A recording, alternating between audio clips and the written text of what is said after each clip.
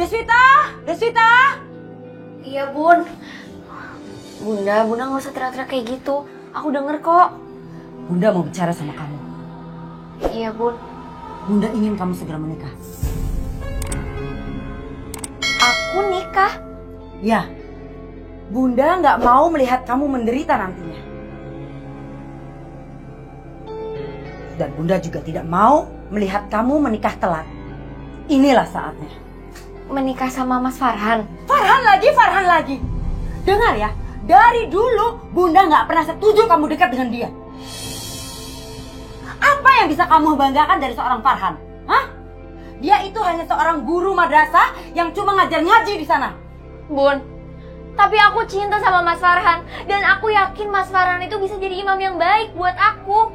Kamu tahu kan, kalau kamu menikah itu artinya kamu akan membawa keluarga kamu bahagia. Kamu juga ingin Bunda bahagia kan? Kalau kamu menikah sama Farhan, kamu tidak akan bisa membawa Bunda bahagia dan tidak bisa memenuhi semua keinginan Bunda untuk menjadi orang kaya raya dan terpandang. Kamu harus mengikuti keinginan Bunda kalau kamu ingin menjadi anak yang berbakti. Bukan malah kamu menentang keinginan Bunda. Bun, bukannya aku mau menentang Bunda. Tapi kalau aku boleh pilih, aku lebih pilih hidup sama Mas Farhan.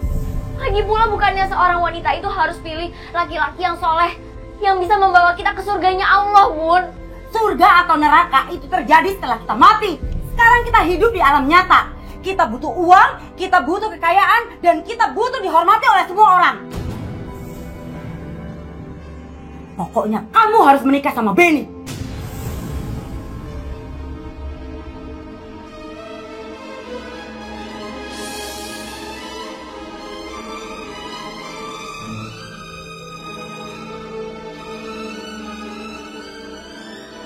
Benny. Bun, bahkan aku belum kenal siapa itu Benny. Sebentar lagi dia akan datang. Dan Bunda akan kenalkan sama kamu. Hei, mau kemana kamu? Bun, maaf. Bukannya aku mau menentang Bunda. Tapi aku aja belum kenal sama dia. Lagi pula aku sama Mas Farhan saling mencintai, Bun. Deswita! Deswita! Kamu gak mau dengar apa kata Bunda ya? Bun, bukannya aku mau menentang Bunda, tapi aku cintanya itu sama Mas Farhan. Memang kamu mau makan dengan cinta? Zaman sekarang itu kamu harus realistis. Bunda sudah jodohin kamu sama orang kaya. Benny namanya. Bun, aku aja gak kenal sama Benny. Emangnya Bunda tega nikahin aku sama orang yang gak aku kenal? Aduh, kamu banyak banget sih alasan. Udah pokoknya kamu diem aja. Yang penting sekarang kamu nurutin semua kemauan Bunda. Titik. Bunda sudah panggil Benny ke sini. Jadi sekarang kamu diam, jangan pakai nangis, nggak usah pakai nangis. Sekarang dia mau datang, ya?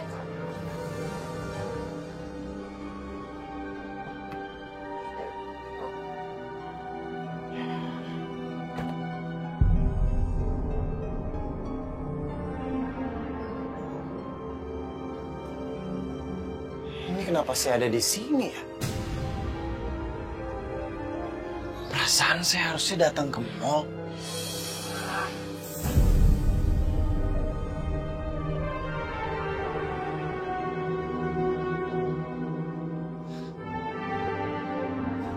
Dia sudah datang. Diam kamu.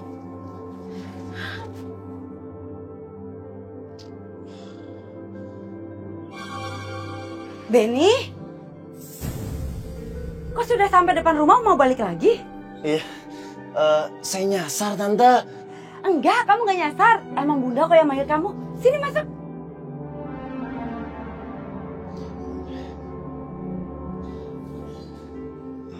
Iya, saya harusnya tadi ke mall, tapi saya juga bingung kenapa ini saya malah ke sini ya.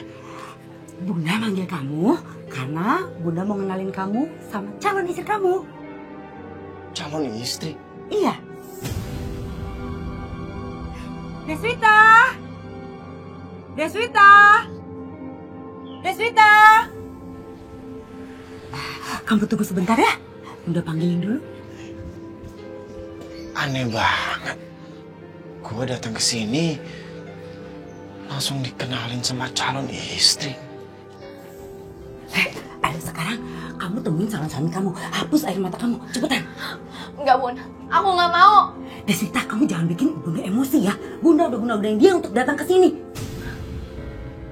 Bunda guna-guna dia supaya dia datang ke sini, terus Bunda mau paksa aku buat nikah sama dia. Dengar Deswita, Bunda mau kamu hidup bahagia. Ayo, udah cepet ikut Bunda. Cepat.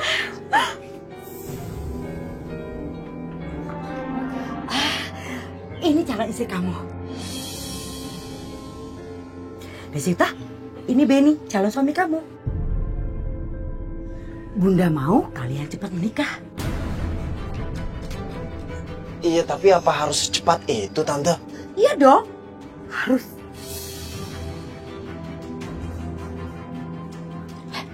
Kamu harus cepat bilang iya. Dia itu anak orang kaya. Tuh lihat aja mobilnya. Masa kamu gak mau sih? Hidup kamu bakal bahagia kalau nikah sama dia. Ayo cepet ngomong. Bun, kalau aku harus nikah sama laki-laki pilihan Bunda, biarin aku kenal dulu sama pribadinya. Lagi pula kita juga harus kenal sama keluarganya. Itu gak penting. Yang penting bagi Bunda, kamu harus segera menikah. Ngerti kamu? Ya Allah, Mas Farhan akan kecewa sekali kalau aku memutuskan menikah sama laki-laki lain. Ini semua karena nafsu Bunda sama harta. Bunda udah musyrik, guna-guna orang ini buat jadi suami aku. Ya Allah, ampunilah Bunda. Gimana kalian? Kalian saling suka kan? Tante, apa nggak sebaiknya... Aku nggak peduli kamu anak sahabat aku. Kamu harus takluk dan menuruti semua perintah alam bawah sadar kamu. Benny, masuklah kamu karena cinta. Mabuklah kamu karena cinta. Dan cintailah Deswita. Tanamkan nama Deswita di hati kamu, di dalam benak pikiran kamu.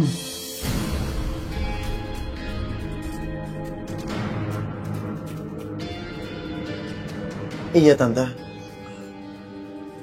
Saya mau menikahi Deswita. Kamu yakin mau menikahi Deswita? Iya, saya yakin, Tante. Saya yakin kalau Deswita itulah memang jodoh saya. Tapi kan kita baru kenal. Gimana kamu bisa tahu kalau aku itu jodoh kamu? Masalah baru kenal itu nggak penting. Yang penting itu adalah rasa. Dan saya tahu kalau saya itu mencintai kamu.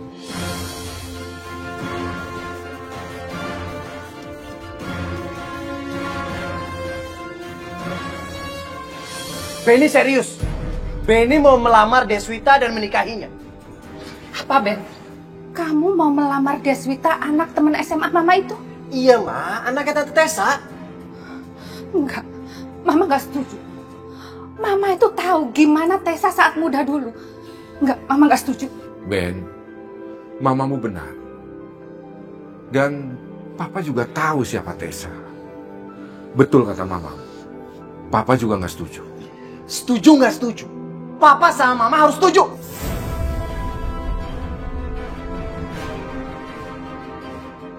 Emangnya kenapa sih? Deswita anaknya baik kok. Dia anak yang soleha. Enggak, Mama nggak setuju. Mama tahu siapa Tessa. Jadi Mama nggak mau punya besan seorang paranormal.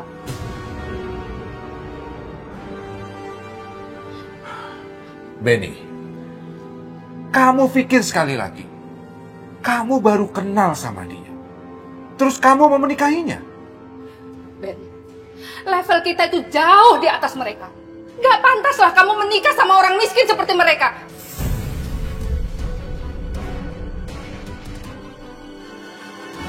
Pokoknya, Benny mau menikah sama Deswita, titik!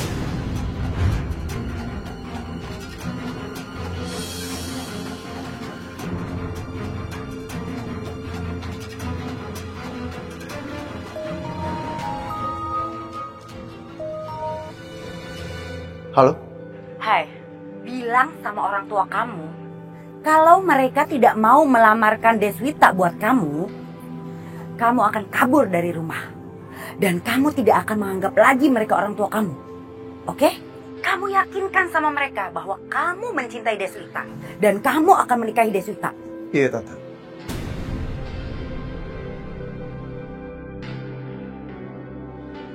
Sekali lagi Benny minta sama papa sama mama. Kalau Benny mau menikah sama Deswita. Kalau papa sama mama nggak setuju, Benny akan angkat kaki dari rumah ini.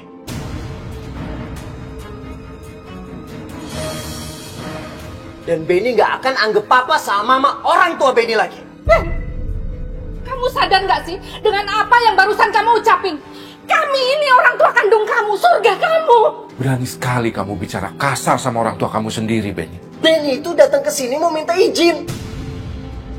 Kalau papa sama mama nggak ngizinin Benny nikah sama Deswita, berarti kita nggak punya hubungan darah apa-apa lagi.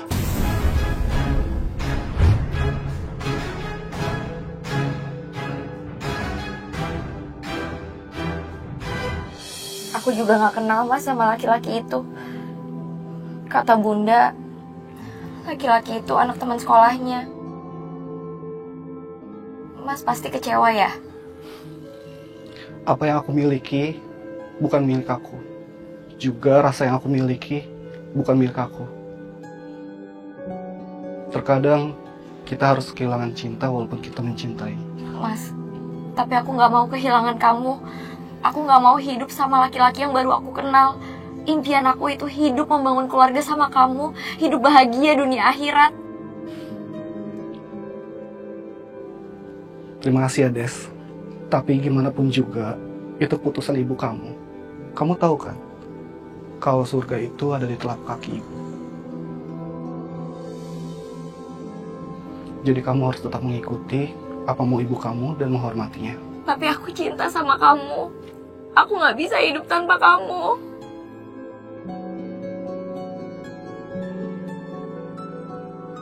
Des, aku juga mencintai kamu, sangat mencintai kamu. Tapi terkadang, cinta itu tidak harus memiliki. Kita harus ikhlas menjalaninya. Mungkin ini takdir dari Allah.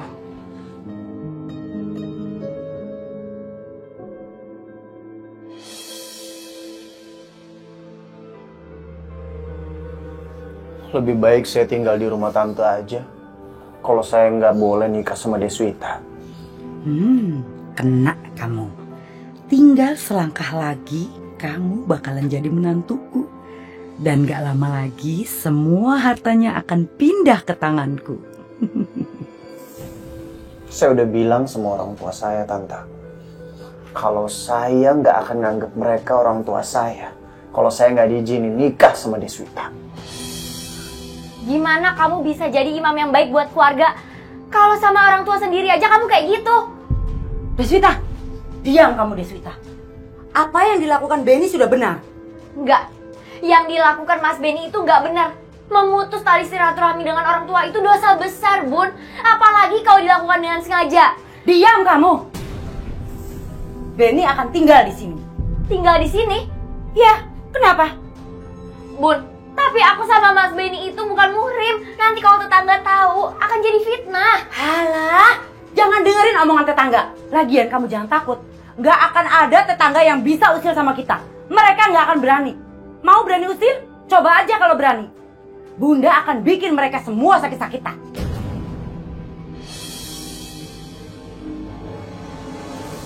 Ibu-ibu sekalian, zaman now, kalau kata anak muda zaman sekarang ya, kalau kata kita mah zaman baheula, zaman dahulu, itu kan sering banget kita dengar anak yang durhaka sama orang tua. Zaman sekarang juga sebetulnya bukan zaman sekarang doang, dari dulu juga ada juga loh orang tua yang durhaka terhadap anaknya. Sebab durhaka itu kalau dalam bahasa agamanya disebut zolim. Zolim itu artinya apa? Meletakkan sesuatu yang bukan pada tempatnya, itu namanya zolim. Namanya kezoliman bisa dilakukan oleh siapapun, betul nggak? Bisa dilakukan oleh anak terhadap orang tuanya seperti Alqamah zolim kepada ibunya. Bisa juga dilakukan oleh orang tua terhadap anaknya seperti Azar terhadap anaknya yaitu Nabiullah Ibrahim alaihissalam. Bisa juga kezoliman itu dilakukan oleh suami kepada istrinya. Bisa juga kezoliman itu dilakukan oleh istri terhadap suaminya. Bahkan kezoliman itu bisa juga kita lakukan buat diri kita sendiri.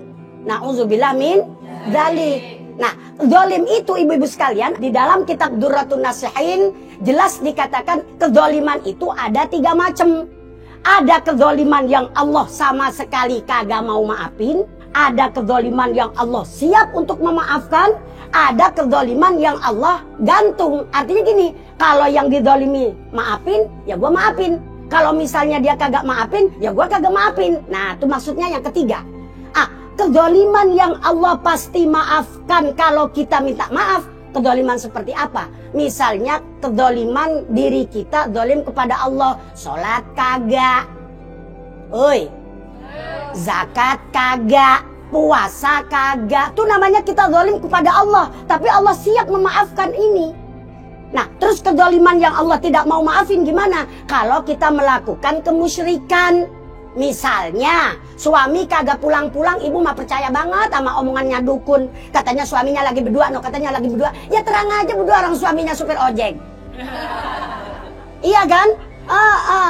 Lah, kalau kita masih percaya kepada hal-hal yang seperti itu namanya musyrik. Perbuatannya disebut syirik. Nah, kezaliman seperti ini Allah nggak mau maafin Datuk. Hati-hati dengan kemusyrikan. Jadi begitu Neng Deswita ya, insya Allah kesalahan kita, kezaliman kita itu juga dimaafkan oleh Allah ya. Jadi yang namanya durhaka itu bukan anak doang, orang tua juga ada ya Neng ya.